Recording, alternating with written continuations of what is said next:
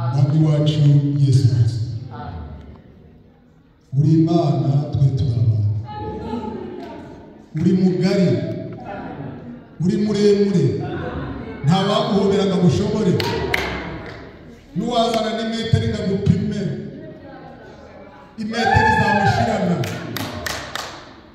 Uwarondora ibikorwa byawe bwacya bukira.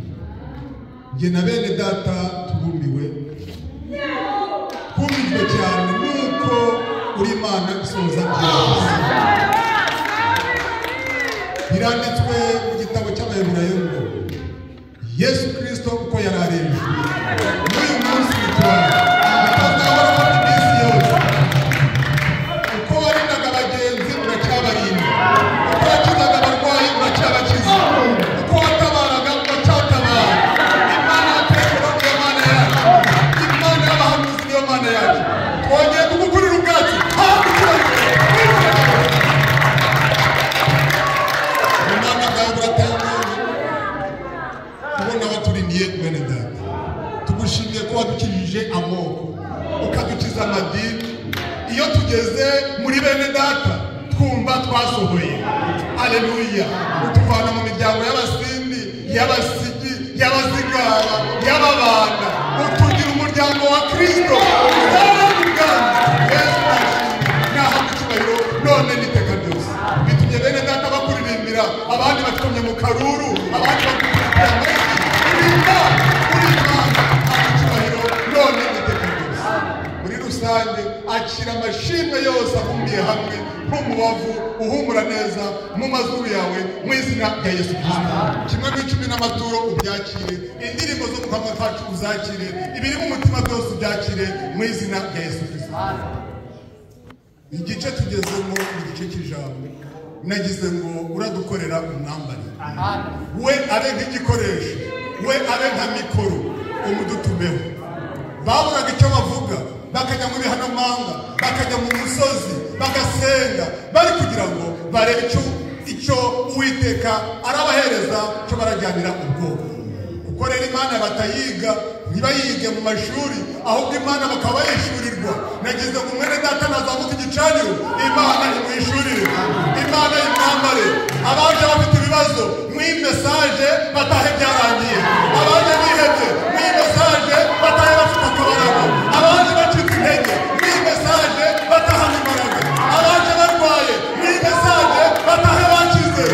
Karibu ku gicaniro, karibu Umwuka Wera. Tubisabye Imana mu izina rya Yesu Kristo.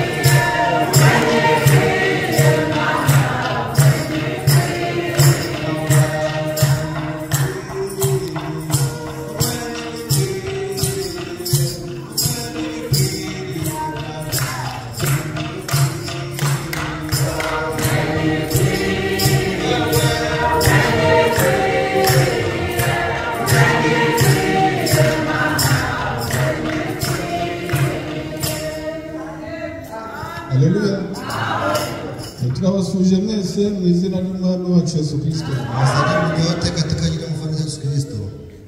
Turahaguruka dusome amagambo y'Imana. Tusimama kusema maneno ya Mungu yanditswe mu gitabo cy'Itangiriro, iko ndani ya kitabu cha Mwanzo, igice cya 18, sura ya 18, guhera ku murongo wa 23 kuanzia mstari wa 23, kugeza ku mirongo 30, guhera kuri 23 kuanzia 23 kugeza kuri 33 hadi 33. Itangiriro 18, Mwanzo 18, 23 kugeza kuri 33 hadi 33. Turasoma mu izina rya Yesu Kristo.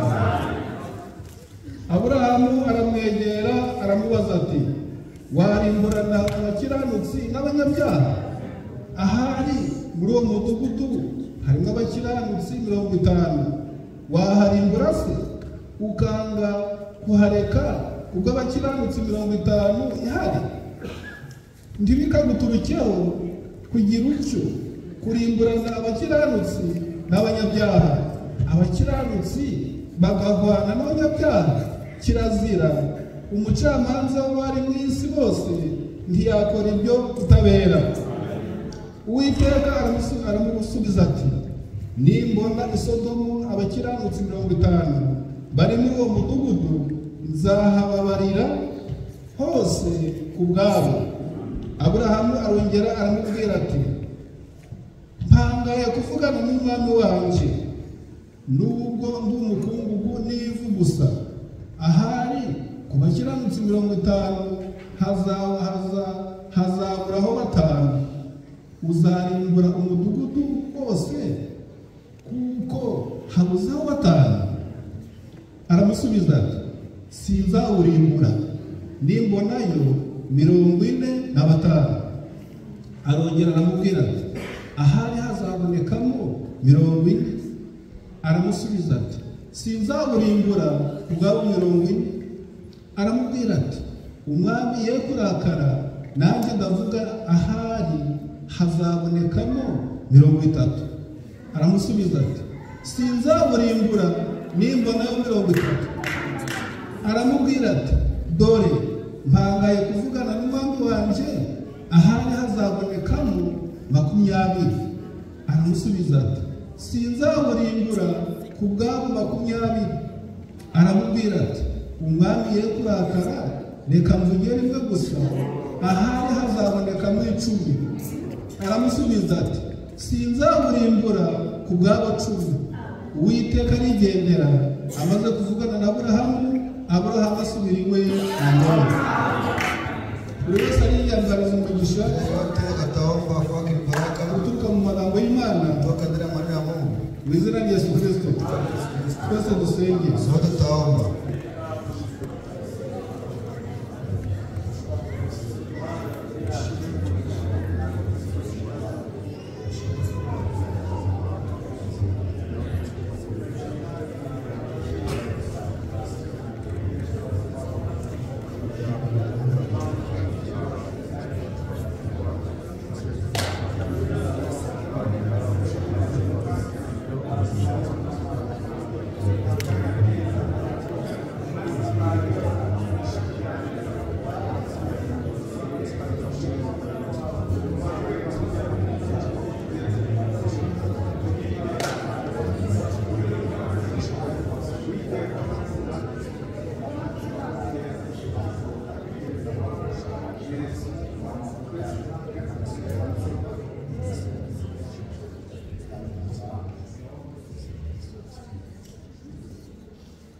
Turagushimiye Uwiteka Mana byose. Nanone kuvuga tugezemo kumva amagambo yawe, uri Imana ivuga.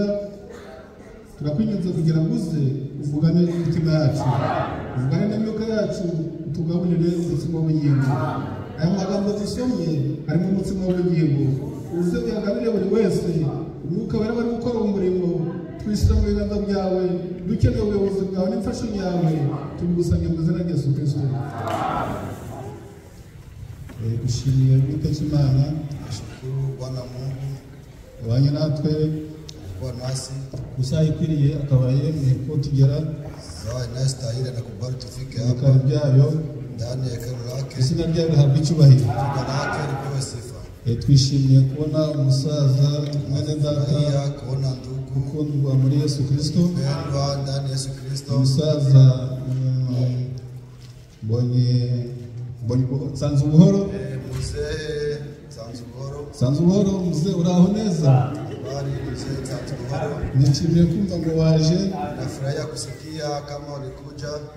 Abafurere bose mu Rwanda bamwita pere. Ndugu wote vile gambo Rwanda wanapita Abafurere kuko ari abasirimu banze kubishyira mu Kinyarwanda muri data. watu chini wa Bose bazarambuza ku izina rya pere. Imana iguhe umugisha mzee. kubariki sana. Mwene data ukundwa, Ni ndugu mpendwa, twarabanye mu Rwanda, ishi huko Rwanda, twari duherukanye Gisenyi mu bukwe kwa tunaona kule bwa bene Kisenyi wacu bo ndani ya mu nzu harusi. kwibuka.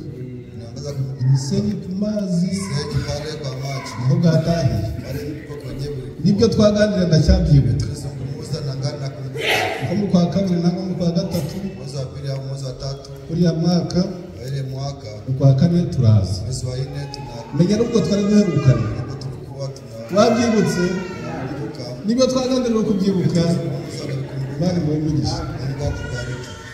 hanyuma rero Imana igize neza Mungu anafanya mema kwemera ko tugera mu maso hayo kwa tufika ndani ya uso wake izina ryayo nirahabwa icyubahiro lake lipewe sifa. dusomye amagambo y'Imana tudatinze Sema ya Mungu bila kukawa amagambo y'Imana avuga kuri Aburahamu sema juu ya Ibrahimu ni amagambo avuga ko ari Aburahamu n'Uwiteka maneno nasema juu ya Ibrahimu na Imana yasuye Aburahamu Mungu alitembelea Ibrahimu Imana isura Aburahamu Mungu alitembelea Ibrahimu uburyo yamusuyemo namna alimtembelea ndani imusura ngo ari abamarayika batatu anamtembelea akikuwa malaika tatu ijambo ry'Imana hirya riri kutubwira ngo neno kule ngamna tambia eti nuko Aburahamu sasa Ibrahimu yicaye mu muryango w'ihema rye akiketi ndani ya mlango wa basha yake yubuye amaso akiinua macho abona abagabo batatu naona wanaume watatu akimara kubabona kisha waona Imana iramwihishurira Mungu alishuhudia kwake amenya ko ari abantu badasanzwe najua kama ni watu wasio kwa ahubwo ababona mu Imana yeye anaona ndani Mungu kuko yari ari mu mwuka kwa yeye alikuwa ndani ya kiroho yari hafi y'Imana kwa karibu na Mungu yitaruye ibindi alikuwa yuko kando na vingine yitaruye ibyo mu isi nje na vya ulimwengu Imana imugendereye arabimenya akimtembelea anamtambua ijambo ry'Imana riti nenda Mungu nuko Aburahamu sasa yicaye mu muryango w'ihema rye ndani ya mlango mbele ya basha yake yubuye amaso akiinua macho abona abagabo batatu naona wanaume watatu baje wanakuja kwake nawe aravuga ati naye anasema eti karibu mwami wanjye karibuni mfalme wangu ndabona abagabo batatu naona wanaume watatu bari kwigendera wanatembelea n'icyuya cyabarenze jasho na waua bakuye amakoti wenda toa makoti yao n'umukungugu wabarenze mavumbi na wapita wenda umwe ameze nka Asheri mmoja yuko kama Asheri wenda undi ameze nka Dusabe yuko kama Dusabe hapa n'undi ameze nka Gerard yuko kama Gerard bari kugenda wanatembea zao Aburahamu nawe Ibrahimu naye yicaye mu muryango akiketi mlangoni kwake w'ihema rye mabasha yake yubuye amaso akiinua macho abona abagabo batatu naona wanaume watatu mbese kuki yahise avuga ati karibu mwami wawe sasa kwa nini alisema karibuni nuko mfalme wangu Aburahamu yari umuhanuzi Ibrahimu alikuwa nabii kandi yari ari kumwe n'Imana alikuwa pamoja na Mungu abona ari abagabo badasanzwe na wale wanaume wa kusiwa amenya kawaida ko ari Imana imugendereye najua ni Mungu anamtembelea nawe aravuga ati naye anasema eti karibu mwami wanjye karibuni mfalme wangu umwami wanjye aje ahombye mfalme wangu anakuja mahali nipo nuko bava mu muryango anatoka mlangoni arabasanganira na walaki arapfukama anapiga magoti yubarara hasi analala chini aramya Imana anamwabudu Mungu ntabwo yaramye ibigirwamana yeye akuabudu miungu ntabwo yaramye Imana yeye aliabudu Mungu yambaje Imana aliomba Mungu mu bagabo batatu ndani ya wanaume watatu Imana ihabwa icyubahiro Mungu apewe sifa ijambo ry'Imana ritubwira riti neno la Mungu anatuambia eti nuko Aburahamu sasa Ibrahimu avugana n'Imana anazungumza na Mungu ati karibu mwami wanjye karibuni mfalme wangu uje ku mugaragu wawe nakuja kwa mtumishi wako none ni karibu mwicare karibu muketi mu nzu munyumba bazimanire ni wapatie nabo baravuga bati na anasema eti turi kugenda tuko naenda turi kwitambukira tuko najipitia tugiye muri gahunda zacu hata kwa utaratibu oya hapana mwe kunyura usipite ku rugo rw'umugaragu wawe mtumishi wako we kunyura usipite ku rugo rw'umugaragu wawe ya mtumishi wako ahubwo ngwino bali kuja wicare keti baboze ibirenge wanawishe miguu kandi tubazimane tena tuwapatie chakula nuko abahenzahenze anawasihi abinginzi aliwasihi sana baricara wanaketi hanyuma baadaye arabazimanira anapatia chakula akimara kubazimanira chapatia chakula ijambo ry'Imana rikutubwira neno la riti Mungu anatuambia eti nuko baraganira wanazungumza uwo ni Aburahamu ule ni Ibrahimu hanyuma rero baadaye uyu Aburahamu huyo Ibrahimu akimara kubazimanira chapatia chakula bamaze kunezererwa kisha furahi Biblia kutubwira iti Biblia inatuambia eti abagabo babiri wanaume wawili wanaenda. Uwiteka asigarana na Abrahamu. Bwana Mungu anabakia na Ibrahimu. Ati none Sasa Uwiteka aribwira ati waminena anashuhuliza eti ko tugiye kurimbura Sodomu na Gomora. Tutangamiza Sodomu na Gomora. None Abrahamu umugaragu wanje nabimuhisha. Sasa Ibrahimu mtumishi wangu naweza kuficha. Siwezi kumficha. Kuko kwa kuwa ari umugaragu wanje mtumishi wangu. Ati none sasa ko tugiye kurimbura Sodomu na Gomora. Tutangamiza Sodomu na Gomora. None Abrahamu nabimuhisha. Ibrahimu naweza kumficha. Ijambo rimwe kutubwira ati anatuambia eti nuko Uwiteka sasa Mungu abwira Abrahamu anaambia Ibrahimu eti ati sinaguhisha. Siwezi kuficha ibyo ngiye gukora. Nataka kufanya. Sinaguhisha amabanga yanjye. Kuficha siri yangu. Ibyo ngiye gukora. Nataka kufanya. Harahirwa itorero. Heri taifa. Nihishurirwa amagambo y'Imana. Harahirwa itorero. Heri kanisa. Nihishurirwa imigambi y'Imana. Nihishurirwa gushaka kw'Imana. Nihishurirwa gahunda z'Imana. Itorero rikaba riraho rizi gahunda z'Imana. Itorero rikaba riraho rizi amabanga y'Imana. Itorero rikaba riraho rizi amabanga yose y'Imana. Imana ihabwa icyubahiro. Imana yabidukoreye nihabwa icyubahiro mu izina rya Yesu. Ati Abrahamu rero ngiye kurimbura Sodomu na Gomora. Ati none se sasa ugiye kuyirimbura kubera iki? Ndikubona bari kuganira. Wanazungumza abamarayika babiri bagiye. Abamarayika babiri walienda. Undi yasigaye. Mwingine anabakia. Uwasigaye mwingine anabakia ni Uwiteka. Ni Bwana Mungu. Kuko malaika w'Uwiteka. Malaika wa Bwana. Uwiteka nyiringabo. Bwana mwenye jeshi. Sasa ugiye kurimbura Sodomu na Gomora kubera natangamiza Sodomu na Gomora juu ya nini? Yuko n'abanyabyaha. Kwa kuwa ni wenye dhambi. Na abanyabyaha kugeza ku rwego ko kufika kipimo ibyaha byabo dhambi zao ibirego byarazamutse n'inzangano y'Imana ndafika juu kwa Mungu. None rero nanze kuharimbura ntagarutse ngo mpigere mbere ibyo baharega kwa Mungu wanapashtaki kama ni ukweli. Tuganira ijambo tazungumza neno yetu. Uwiteka Imana Bwana ni Imana ikiranuka. Mungu mwenye haki. Imana twambaza. Mungu tunaabudu. Imana dusenga. Mungu tunaomba. Ni Imana ikiranuka. Mungu mwenye haki. Uwiteka ni Imana ireba. Wa milele ni Mungu anayetazama. Ni Mungu anasikia. Ntakihishwa. Hakuna kinafichwa. Ibiri mu mwijima. Iko ndani ya giza. Iyo bibera nk'umucyo. Wake vinakuwa kama nuru. Ibiri mu mwijima. Iko ndani ya giza. Ibiri mu mitima. Iko ndani ya mioyo. Ibiri mu ntekerezo. Iko ndani ya mawazo. Ibiri mu bugingo. Iko ndani ya byose bireba wazi. Yote vinakuwa mbele zake kama mawazo. Juu ya nini? Yavuze iti. Alisema eti. Ibyo barega Sodomu. Yenye nashtaka Sodomu. Na Gomora. Byangezeho. Binifika hako. None sinaharimbura. Ntayigereye. Bila kufikia. Nanjye ngo ngire ubuhamya. Mimi nikuwe na ushuhuda. Mbese nuko Imana itabirebaga. Ni kwa kuwa Mungu kweli alikuwa anaviangalia. Yemeye kumanuka. Alikubali kushuka. Ikitera umukungugu. Yeye anajipiga kabisa mafumbi.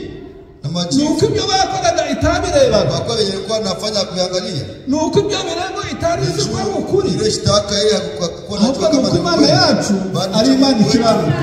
Mungu mwenye haki. Nawe urabyumvishe. Nawe unasikia sasa. Ibyo bakoraga. Ilikuwa natenda. Ko ntabihishwe Imana. Hakuna vya kufichwa Mungu. Uwiteka ni uvuga uti. Wa milele ndiye anasema. Nubwo waje mu ijuru. Ukandi cyari cyawe mu ijuru. Nubwo waje ikuzimu. Au nenda hose ijisho ryanjye bibiri. Popote bichirango. None Sodomu na Gomora. Sasa bya Sodomu na Gomora. Ntabwo yabirebaga. Yeye kwa anaangalia. Kugira ngo yamare manuke. Yakubali kushuka. Ihigerere. Ashifikie mwenyewe. Kugira ngo yamare va mu ijuru. Yatoke mbinguni. Yegerere Sodomu na Gomora. Sodomu na Gomora. Kugira ngo ngirebe. Sitajangalia. Nuko itabirebaga. Ahubwo Imana yacu ni Imana ikiranuka. Mungu mwenye haki. Ni Imana ikiranuka. Mungu mwenye haki. Yanze kubarimbura. Anataka kuangamiza. Ikigereye. Kufikia mwenyewe. Kubagezaho ubutumwa. Kufikisha ujumbe. Ntawe Imana izarimbura. Itakugezaho ubutumwa. Imana yacu ni Imana ikiranuka. Haki. Amena. Yanze kubatwika. Itabagejejeho ubutumwa. Kugira ngo batazayifuranya. Hanyuma ngo bayisubishe. Kuko Imana yacu ni Imana ikiranuka. Mwenye haki. ati rero reka nimanuke nigereye nayo ntuma yo n'intumwa ntuma yo n'abahanuzi ntuma yo n'abakozi n'ibinangira umutima bakaguma mu byaha byabo bakaguma mu binyoma ntawuzamburanya ngo ntsinde. Imana yacu igira neza kuko Imana twizeye, Imana twambaza ni Imana ikiranuka. Nawe uri kubyumva neza? Amen. Imana iravuga iti ntabwo nabarimbura nubwo nanjye mbyirabera ntacyo mpishwa, ariko reka nigerereyo kugira ngo bizabatsindishe bazashobora kuvuga ngo duhiye kubera kutizera kwacu. Bahiye bari kuvuga ngo kutizera kwacu Imana irakiranuka. Ariko bigera igihe n'umunyabyaha agapfa ari kuvuga ati barambwiye nagakumva, barambwiye nagakumva, Imana sinayizera. Amafaranga dukora umuturage, Imana ihabwa icyubahiro mu izina rya Yesu Kristo. Imana twizeye ni Imana ikiranuka. Amen. Ntabwo uzarimbura isaba kizamuburira kumwarifu. Nubwo byanda kubabwira mwese ni muzi. Nabambia sasa ni arifu. Ati rero none sasa leo nibyo ngiye gukora. Ninataka kufanya. Abraham aravuga ati. Abraham anasema eti. Itekereza. Anawaza. Ngiye kwatwika ngo nataka kuparuza ndi. Yibuka ko anakumbuka Sodoma na Gomora. Hari umuhungu wabo Loti. Kuna kijana wao Loti. Basi uwo Loti ni nini? Loti ni nani? Biblia ikuvugira. Binasema eti. Loti ule Loti Abraham anamubereye se wao. Abraham alikuwa baba wao. Sekuru Tera baba kubyara anawazaa. Anafasha Abraham bora kama Ibrahimu n'umugore we na mke wake afatana Loti n'umugore we na mke wake abajana Kanani, anawapeleka Kanani. Loti yemera kujana na Abraham bali kutembea na Ibrahimu. Bagafika Kanani, wakifika Kanani Imana ibonekera Abraham. Mungu anajionyesha kwa Ibrahimu. Ibonekera Abraham, anajionyesha kwa Ibrahimu. Abraham aragiye, Ibrahimu anaenda, Loti nawe aramukurikiye, Loti naye anamfuata. Ndikubona Abraham, naona Ibrahimu Imana imugendereye, anamtembelea. Ijambo ry'Imana riti na Mungu eti ikimara kumugenderera chamtembelea Abraham aragiye, Ibrahimu anaenda. Loti nawe anasema eti mdogo kagiye, bwana baba mdogo anaenda, gato wacu kagiye, baba wetu anaenda, kumukunda bwana mpenda akamukurikiye, mimi acha nikamfuate, na waramukurikiye, naye anamfuata. Loti kukurikiye so wanyu Loti unafuata baba yako, unajua kwenye naenda iyagiye nanjye niyo ngiye, iyazaga nanjye nzaga, amuka kule mimi namuka kule. Uzibati cyamukijije nuko yakundaga Abraham, icyakijije Loti nuko yakundaga Abraham. Umuntu wese wanga abasare azapfa kandi azapfa. Imana ihabwa icyubahiro. Loti yakijijwe nuko yakundaga Abraham. Imana yakunze Abraham, Loti n'abakunda Abraham. Abraham agiye, Loti aramukurikiye, bageze iyo ngiye, abashumba barashwana kabisa, wachungaji wanakuwa na Imana ihabwa icyubahiro. Loti yaravuze ati, njye bafurere ndabizi, iyo agiye wabona hari Imana igiye kumukorera. Loti kumbura iki? Njye rero numvishijwe, nubwo njyewe ntaryumvishe ariko turajyana. Akurikira Loti, akurikira Abraham. Amen. Amen. Harahirwa abantu bakunda Imana mu bafurere, wanapenda Mungu ndani ya ndugu. Amen. Amen. Harahirwa abantu bakunda Imana mu bafurere. Loti yakijijwe, Loti alipokurikira Abraham juu ya kufuata Ibrahimu. Abraham nubwo yumvishijwe, Loti ntabyumve, ariko ijambo ry'Imana ritubwira riti barajyanye, bageze iyo ngiyo, abashumba barashwana, wachungaji wao wanaanza baratandukana, wanatengana. Abraham aje mu misozi, Loti aje mu kibaya. Ibyago Loti yagize, Loti yagiye mu kibaya, agiye mu kibaya, ariko agumya gutekereza ku Mana ijambo ry'Imana kutubwira Neno Mungu anatuambia eti nuko Loti sasa Loti aho yari yicaye alikuwa na keti, Imana iramusura. Mungu anamtembelea. Imana imusuye Akimtembelea kuko atarafite guhishurwa, kwa yeye alikuwa na kufumbiwa. ijambo ry'Imana rikutubwira Mungu anatuambia eti Loti abonye abamarayika akiona malaika aravuga anasema eti karibu ba databuja, karibuni wa baba, karibu ba databuja. kuna baba. Aburahamu yavuze ati karibu mwami wanje. Ibrahim anasema karibuni mfalme wangu. Naho turavuze ati Sasa Loti anasema karibu ba databuja karibuni wa baba, kuko adafite guhishurirwa. yeye hana ufunuo. Ijambo ry'Imana rero rikutubwira Neno Mungu anatuambia eti nuko Aburahamu sasa Ibrahimu abwira Uwiteka anaambia Bwana Mungu eti none mwami mfalme ugiye kurimbura Sodomu na Gomora, angamiza Sodomu na Gomora. none Sasa wihangane musaba ikintu, subiri kabisa nikuombe kitu. none nusanga y'abakiranutsi 50 Sasa ukikuta wenye haki 50 uzaharimbura utapangamiza harimo abo bakiranutsi 50. wale wenye haki 50. Uwiteka aramubwira ati Bwana Mungu anamwambia sinzaharimbura utapangamiza ninsanga y'abakiranutsi 50. ukikuta wenye haki 50. Aburahamu arongera aravuga ati Ibrahimu anaongeza anasema eti Sodomu ni Gomora Sodomu na Gomora bahazi napajua ni abanyabyaha. ni wenye dhambi. Bibiri iri kutubwira iti Inatuambia eti bari abanyasodomu, walikuwa bari abantu b'abasidoni wenye Sidoni b'abanyabyaha wenye dhambi, bafite imico mibi yuko na tabia mbaya n'ibyaha byinshi. na dhambi nyingi. Nuko Aburahamu aravuga ati Sasa Ibrahimu anasema eti none mpangare kuvugana n'umwami wanjye kandi umzungumza na mfalme wangu nubwo tena. ndi umukungugu Ingawa niko mafu nkaba ndi n'ivu, kuna nakuwa na machifu. none mpangare Sasa kuvugana nawe nanone kandi nijaribu kuzungumza nawe tena. kuri abo 50 Wale 50 dukuyeho 5, toa 5, abo basigaye wale wenye wanabakia nubasangaye kiwakuta uzaharimbura. tapangamiza. Harimo abo bakiranutsi Kuna wenye 45. haki 45.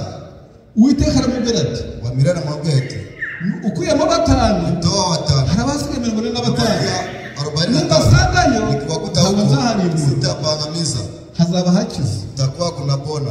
Aburahamu aratekereza Ibrahimu anawazia na 45. 45 kweli hawako. None mwami reka Mfalme ningone mpangare acha kabisa ni mvugane nawe tena nizungumze na wewe nubwo ndi umukungu, ingawa kabisa niko mavumbi. none mwami Mfalme dukuyeho abandi toa 5 wengine 5, usanzira 40 kuta 40 waharimbura naweza pangamiza.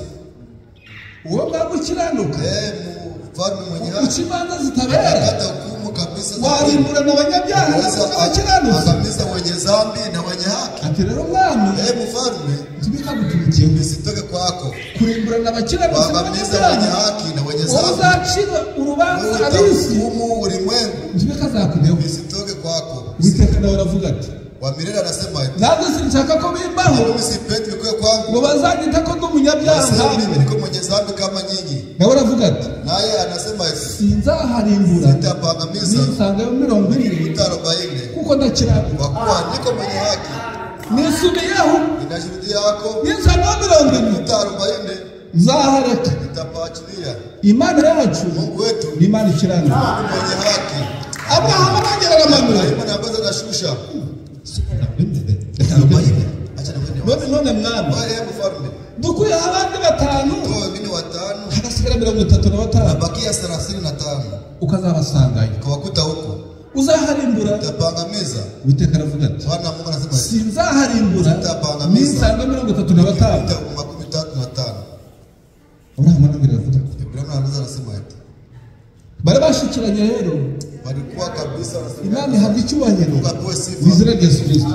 ariko ikituzana imbere y'Imana Analeta mbele ya Mungu ni ukugira ngo tuyambaze sisi tumwabudu iza muri twe ndani yetu, twumvikane nayo sikilizane naye, tujyane nayo tembee naye. kuko haranditswe ngo Mungu anaandikiwa eti nzatura muri mwe nitaishi ndani yenu mu mbega abahungu kwa wa vijana n'abakobwa na wasichana. nzatura muri mwe Nitaishi ndani yenu njyana namwe nitembee nanyi, muzambera abahungu mtakuwa wa n'abakobwa. vijana na wasichana. Imana ihabwa icyubahiro. Mungu apewe sifa. Birakwiriye ko buri mufurere Binastahili kila mtu n'umusere na dada yiyumvamo Imana, ajisikie Imana ndani nayo ikamwiyumvamo. na Mungu ajisikie kwake.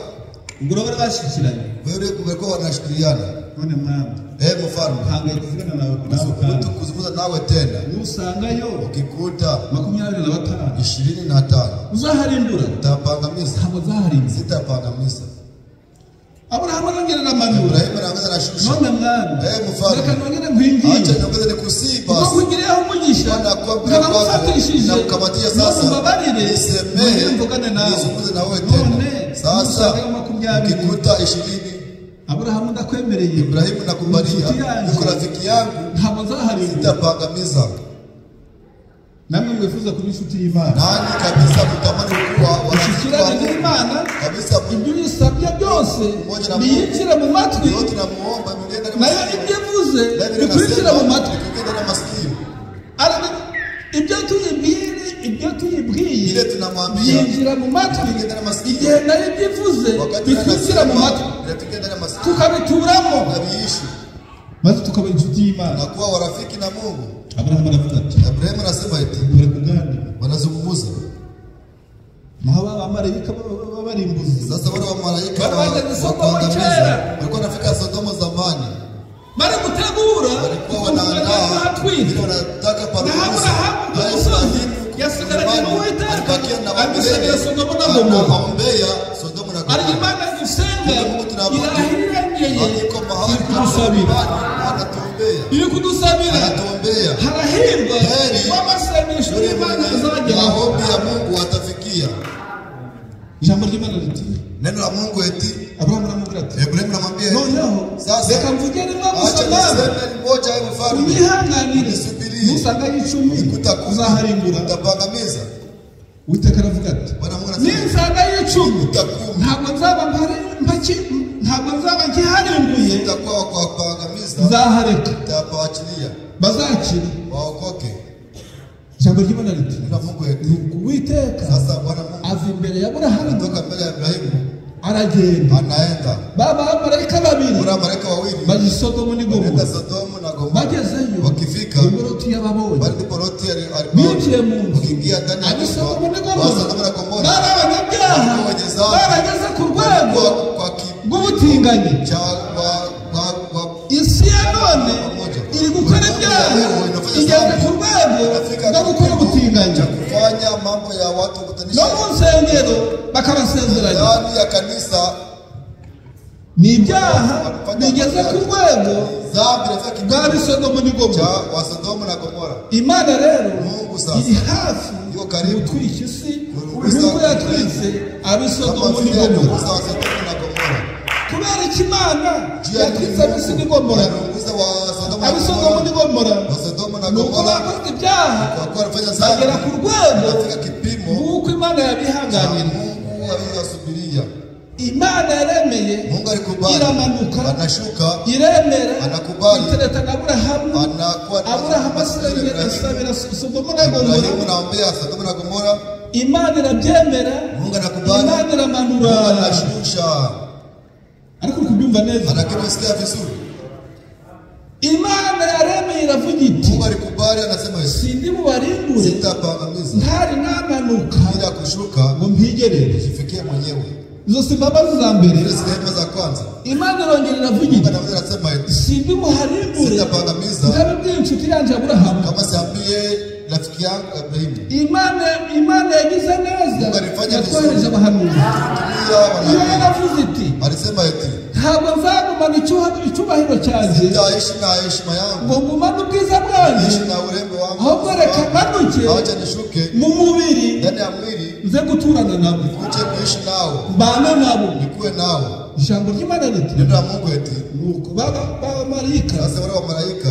bageze kwa Sodoma kwa Lutu Biblia iri kutubwira inatuambia eti ab'i Sodoma na Gomora Sodoma na Gomora bababonye wanawaona kuko bari bageze ku rwego walikuwa rwo gukora ibyaha by'ubutinganyi batera Loti wanashambulia bamaze gutera Loti wanashambulia Lutu ijambo ry'Imana riti neno la Mungu linatuambia Loti aravuga Loti anasema eti mumbabarire baha abakobwa bawe wapatie binti wangu nabo baravuga bati nao nasema eti dushaka mu bashitsi baje iwawe wale wageni wanafika kwako Oya ngabagabo. Hapana ni wa Bwana. Nibo dushaka. Wale tunataka. Abagore twarabarambiwe. Wanawake kabisa baduhereze.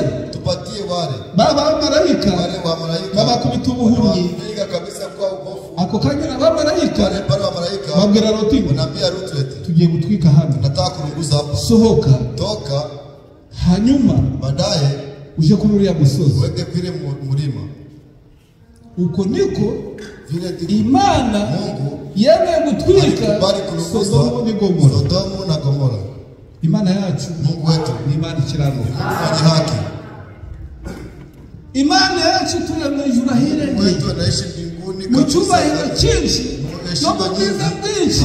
Nzuri nyingi. Ibyaha bya Sodomu na Gomora. Dhambi ya Sodomu na Gomora. Byarazamutse bigera ku ntebe yayo. Fika kwa kiti chake. Iravuga iti nasema hivi nubwo ndi kubibona nubwo mbizi sindi bugume ku ntebe yanjye ahubwo reka manuke ku isi nigerereye byakurekeraho ahubwo bibwire Aburahamu agereranya iki agereranya abahanuzi n'umuhanuzi uko ni ko Imana natwe yatugiriye neza itwohereza umuhanuzi Uwiteka aravuga ati ntabwo biri burekeraho reka mbibwire Aburahamu nawe aravuga ati nanjye ntabwo biri burekeraho umugisha mbonye reka mbasabire imbabazi Imana iremerera iravuga iti nubwo narigemye kubatwika nta mbabazi mbatagira ahubwo reka byemere naho basengere Aburahamu yarabasengeye kugeza ku rwego rwo hasi mbese Imana yacu yemeye gutanga imbabazi kugeza ku rwego rwo hasi ukubyumva neza Imana yemeye gutanga imbabazi kugeza ku rwego rw'uko yonyine yaramanutse yigererayo anajifikia mwenyewe Sodomu na Gomora bagera ku rwego rwo kurwanya Imana kumbanisha Mungu Sodomu na Gomora bagera ku rwego rwo kurwanya abamarayika nawe umbwira abantu bakoraga ibyaha by'ihohotera kugeza ku rwego rwo guhohotera abamarayika kabisa kufika wakati wanataka kujaribu abamarayika bafashe abagore bafata abakobwa bafata abana barica barasizora kugeza ku rwego ngo bahohoteye n'abamarayika kabisa kujaribu na abamarayika Imana iravuga iti ibyaha byabo ubwo bigeze hano nzabarimbura nta rubanza mfitira kabisa kuko Imana yacu ni Imana ikiranuka Amen. Imana yacu Mungu wetu ikiranuka mwenye haki. Mbese ikiranuka mu buhe buryo anakuwa mwenye haki namna gani? Tugiye kurangiza tunataka kugira ngo bamwe tutabakereza mmoja tusiwakereweshe. Imana yacu Mungu wetu ni Imana ikiranuka mwenye haki. Ikiranuka mu buhe buryo kwa haki namna gani? yari iri mu bwiza bwayo kwa ndani ya uzuri wake no mu cyubahiro cyayo ndani ya heshima yake ariko iravuga iti kuko muri nje nzijya gucungura no gukiza ntabwo nzabikora ni ku ntebe y'icyubahiro ahubwo reka nemere nze ku ntebe y'icyubahiro isiga ubwiza bw'icyubahiro nze mu mubiri w'umuntu nturane nabo mbane nabo umubiri bambaye nanjye nkwambare ibibazo bahura nabyo nanjye mpure nabyo ibyago bahura nabyo nanjye nsangire nabyo bisangire nabo hanyuma mbegere mbane nabo nzabacungure nsa nabo uko niko yambaye umubiri wa Yesu Kristo kugira ngo aducungure yari imbabazi z'Imana kuko haranditswe ngo kuko yakunze abari mu isi bose byatumye atanga umwana wawe w'ikinege kugira ngo uzamwizera wese ahabwe ubugingo buhoraho ariko utazamwizera azarimbuke Imana yaradukunze iremerera itanga umwana wawe w'ikinege mu wuhe ni Yesu Kristo yaraje niwe mucunguzi wacu Imana yagenderera Aburahamu mu bagabo batatu ariko mbere yamugendereye mu buryo bw'ijambo yamugendere mu buryo bw'ijambo. Tembelea namna ya neno. Ijambo ry'Imana Neno la Mungu ryageze kuri Abrahamu. lilifika kwa Ibrahimu. Ikindi gihe ati Ingine si ijambo ry'Imana neno la Mungu ryageze kuri lilifika Abrahamu. kwa Ibrahimu. Icyo gihe rero Ile wakati ijambo ry'Imana riti neno la Mungu eti bamugenderera mu bagabo batatu. anamtembelea ndani wanaume Imana watatu. yacu Kwa Mungu wetu igenderera abantu anatembelea watu bunyuranye. namna Twebwe tofauti. tugendere mu buhe buryo? Sisi tembelea namna Uburyo gani? bw'umwana wayo Namna mtoto wake Yesu Kristo. Yesu Kristo. Harahirwa bamwizeye Yeye waliomwamini bakamwakira wanampokea bakemera Wanakubali. bakihana ibyaha byabo dhambi zao bakabatizwa mu izina rye. wanabatizwa ndani ya jina lake. Ntahana agakiza kaboneka, ntahana agakiza kaboneka usibye mu izina rya Yesu Kristo. Abana bose Imana yabahaye ubushobozi bwo kwitwa abana b'Imana. Amen. Ntabwo byavuye ku bushake bwacu, byavuye ku bushake bw'Imana. Imana yacu irakiranuka, ahubwo yari yaravuze iti reka nsange umuntu aho ari. Mahali ipo. Ibibazo bahura nabyo Mahali wanakutana nazo. nange mbimenye, Mimi nibijue. nzabacira urubanza Wakati hukumu batazagira icyo bireguza. bila wakati kitu watajitetea. Imana ihabwa icyubahiro. Mungu apewe sifa. Nashimiye Imana, navuye muri Afurika, mbe muzehe nsanze umuhoro, njye twavuye mu Rwanda, njye mfite imitima myinshi Ndani yangu niko na mioyo no guhangayika kunini cyane, nzi ngo nta sambure nzabona. Kandi sambure narayibonye, Imana yakoze neza.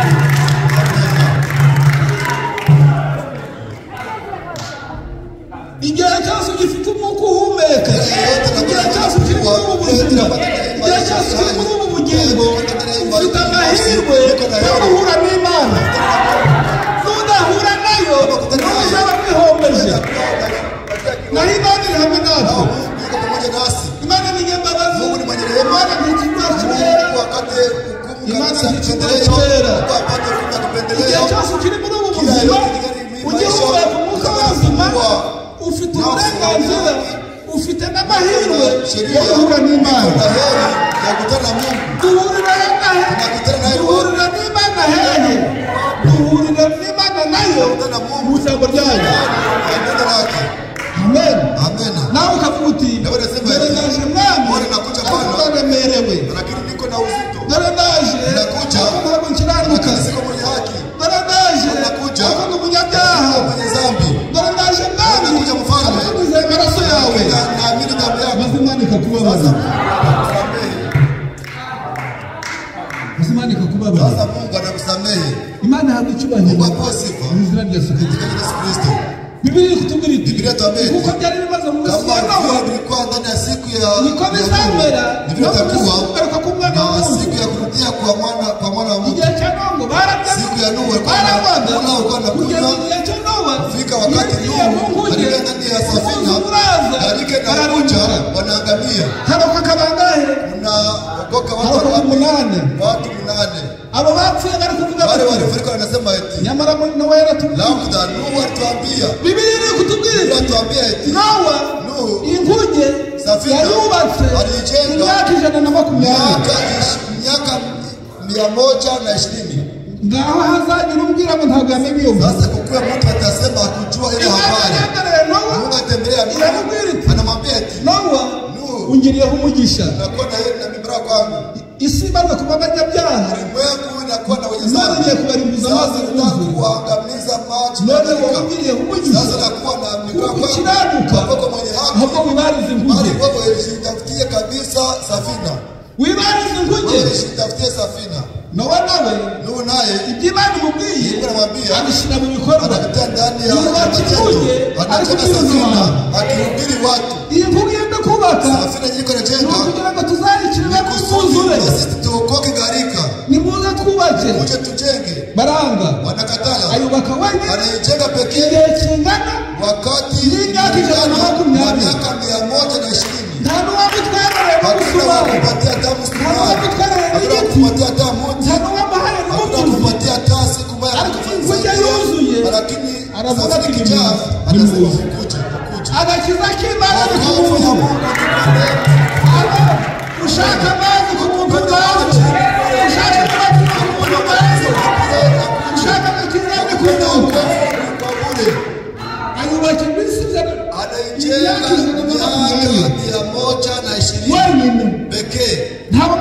n'umusumari Msaidia na msumari. yuzuye Ikishajaa. kubera ubuntu bw'Imana busaze Neema ya Mungu Imana kabisa. iravuga iti Mungu anasema ati nubwo banze kuyubakaho wao kataka kujenga hapo. amaherezo amahirwe yanyu Acha materi ya mwisho. nubwo batayubatseho Wao kujenga hapo.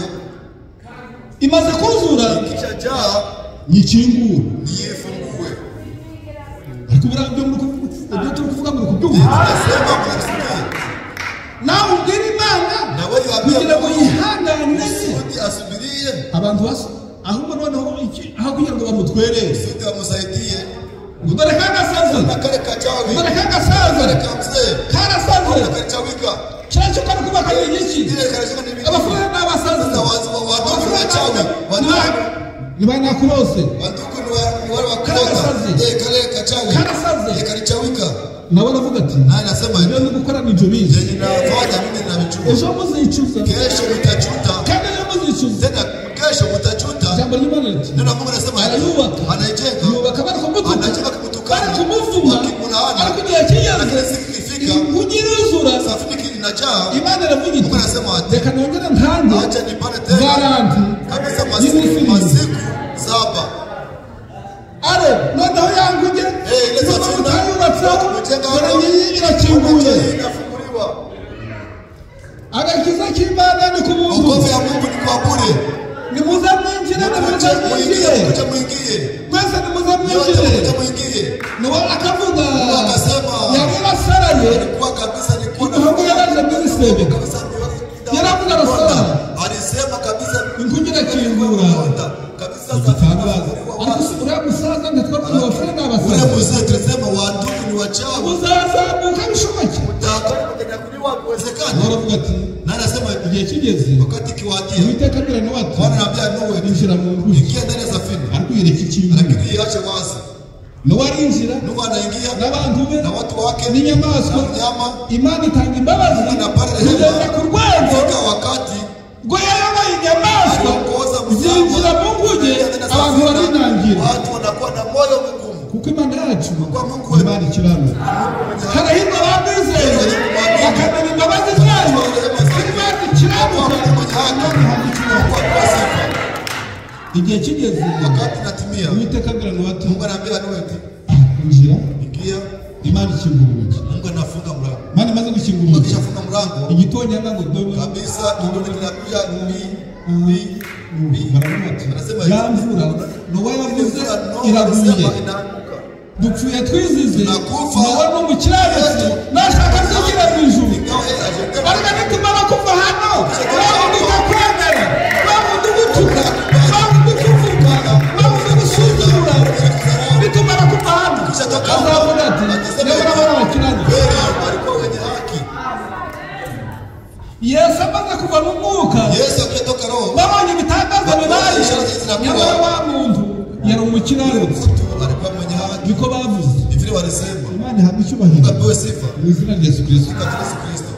Imana yacu Mungu wetu. Imana ikiranuka Mungu mwenye haki. ese tuyizera kubera iki Tunaamini juu ya kuko nini? ari Imana ikiranuka Mungu mwenye haki. yaravuze iti Yalisema eti reka byakurekeraho acha wasiachie reka pale. batumeho n'abahanuzi Acha niwatumie na wanabii.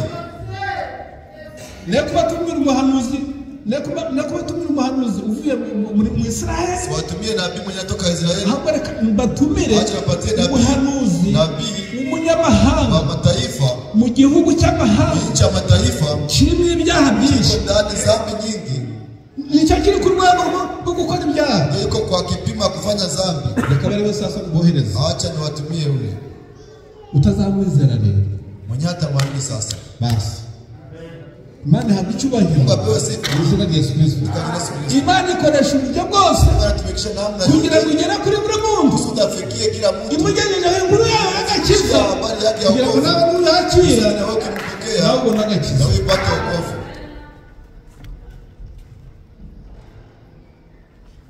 reka twe kubakereza Acha ariko tusome. twashigaga tuti Lakini tunasema eti Imana yacu Mungu wetu Imana ikiranuka Mungu mwenye haki.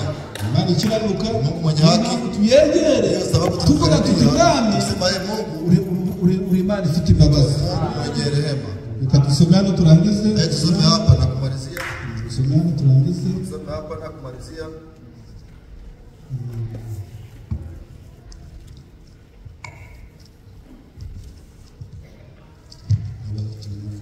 Petero ya kabiri Petero ya pili igice cya gatatu sura ya 3 umurongo wa mbere. Yohana ya mbere igice cya gatatu umurongo wa mbere. Yohana wa kwanza 3 mstari wa kwanza. Nimurebe urukundo ruhebuje Data wa twese yadukunze, rwatumye twitwa abana b'Imana, kandi niko turi. Nicyo gituma abisi batatumenya kuko batayimenye. Bakundwa, ubu turi abana b'Imana, ariko uko tuzamera ntikurerekanwa. Yesu niyerekanwa tuzasa nawe, kuko tuzamureba uko ari. Kandi ufite ibyo byiringiro muri we yiboneza nk'uko aboneye. Umuntu wese ukora icyaha abagomye, kandi icyaha nibwo bugome.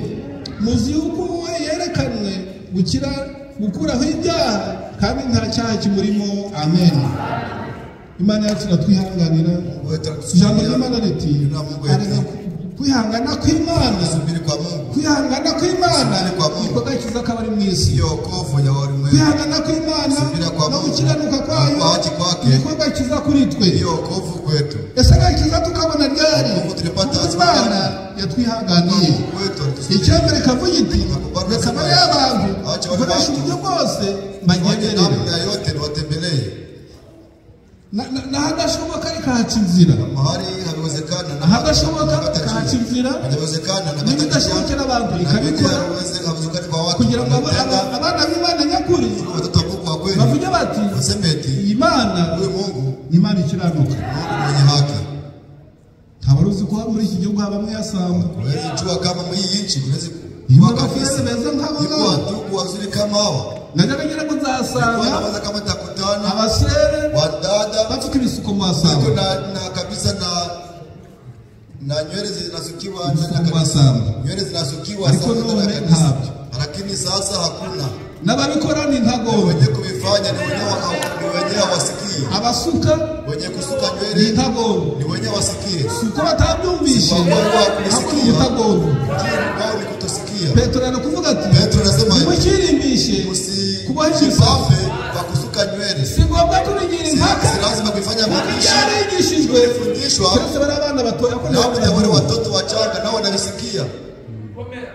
Si ngombwa kubigira impaka, si lazima kuifanya ubishi. Ngo noneho ubwo tugeze muri Amerika, ndani ya Amerika jambo tulivuguruye ndio kabisa tulitie ndani. Kwa ko tugeze muri Amerika, tunafika ndani ya Amerika, hari abantu bavuga bati, na watu wanasema eti mu Rwanda, Rwanda bakavuga bati, wanasema eti mbese ngo byandi byanyu byo mu giturage n'ibyaza ikaziyo yakure kwenu kaziyo nibugina kabisa na ngo nibyo waza n'akazi mtaleta hapa nibugina nikabisa kabisa na kaziyo nibyo waza mu Kigali yakinjwa mtaleta Kigali na abanyakigali ni wenye Kigali kabisa kumbuka arabazi neza kumbuka na wajua vizuri abo ndi kurengurira hora wale napitia jua na wajua hapana vya kwetu na manywele kwa nyekundu kama no tu Imani habikibaho Imani yacu ntabwo ihinduka ijambo ryayo ntabwo ihinduka Imani idahinduka ijambo ryayo ntihinduka abana b'Imana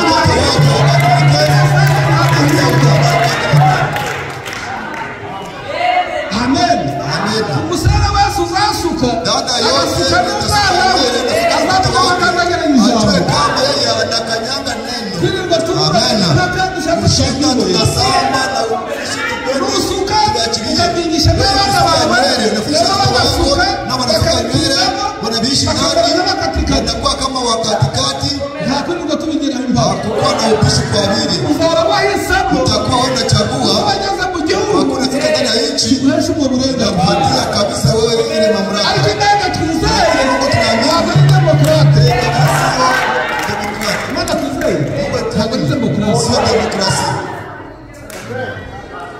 Message ujumbe nta demokrasi irimo hakuna demokrasi hakujitawala ndani ya message ndani ya ujumbe abiye cha Sauli wakati wa Sauli washatse demokrasi sio watafuta kabisa kujitawala. Unataka dushaka Sisi umwami tunataka mfalme atuyobore atuongoze agatuje imbere akora twenda mbele tujye kurwana tunaenda kugombana nta misanduku lakini bya sanduku yoroshwe n'agahu ibyo bya kera by'ubucuruzi isanduku ngo niza tuzimbere turwane batera Samweli wanashambulia Samueli bamuteye Samueli wakimshambulia na watera Imana naye alishambulia Imana namubwira iti mwambie ati si wowe yanze wanakataa ntabwo wanze ntabwo wanze umuhanuzi ntabwo wanze ijambo ahubwo ni Imana banze none bareke waache ubaha umwami wapatie mfalme bazare uko ntazabagenza waone vile atawafanya Imana hamwe icyubahiro Mungu apewe sifa mu izina rya Yesu Kristo Bwana Yesu Kristo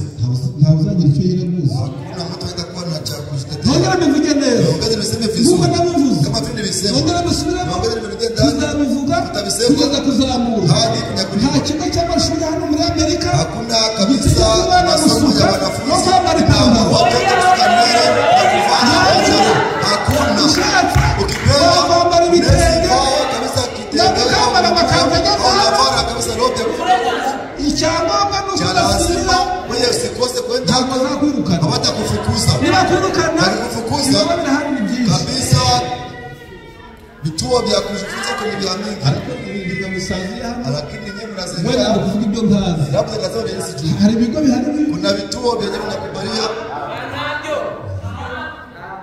navuga mubesha msikuwe nadanganya mu bushake bwanyu mapenzi yenu muri kugomera Imana nyinyi mnaasi kwa Mungu Imana hamwe icyubahiro Mungu apewe sifa umuhanuzi ati nabii eti mwirimbishe ariko mwe gusa n'isi msijipambe lakini msijipambe kama kufanana na ulimwengu ku mashuri muzaba bamuntu ndani ya masomo mtakuwa wa kuamini na kukanisa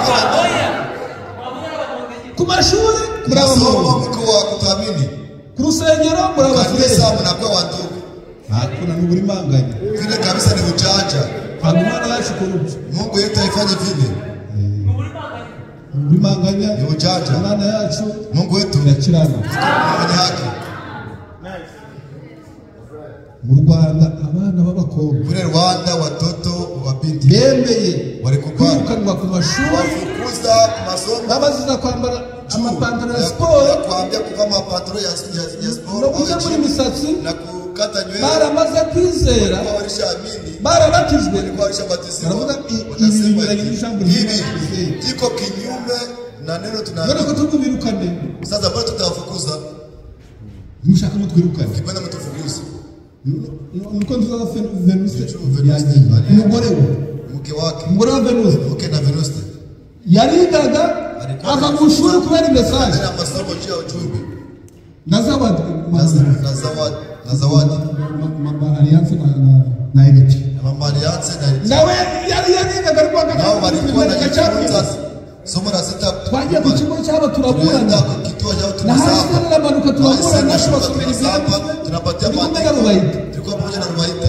turaburana tunasamba birangira banabirukanye binaisha na wanawafukuza hari wizeye wa Venuste na uweze wa Venuste hari mama wa Elite kuna mama wa Elite yarigendeye alijiendea wenzake na Kiruta na Kiruta na Samusoni bari muri Arizona Samson Mikoko Arizona na Jane Jane ari umugabo yitwa Kodari Jane nawe yarigaga nabo baramwirukana ari wa gatandatu primaire alikuwa somo la ibyo sita byose nibahaninde kubahereza nawapatia Imana ihabwa icyubahiro Mungu apewe sifa mu izina rya Yesu Kristo katika jina la Yesu Kristo Imana yacu Mungu wetu ni Imana ikiranga nta kitadukoreye ahubwo icyo dusigaje ni ukuyegera tukegera tuti Mana duha imbaraga igihe cyo kuzamurwa kirageze duha imbaraga zo kuzamurwa utwongera imbaraga n'amavuta menshi mafuta nyingi kugira ngo twegere amasezerano tukaribia hadi Imana ihabwa icyubahiro Mungu apewe sifa murakoze asante murare bigira ijoro ryiza Bali